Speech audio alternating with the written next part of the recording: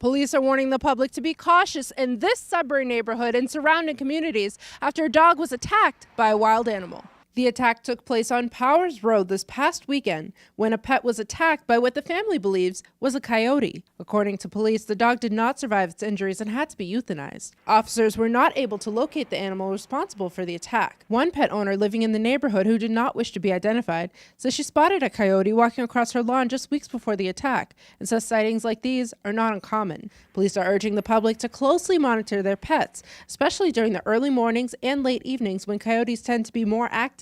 For WMCT News, I'm Talia Clarke.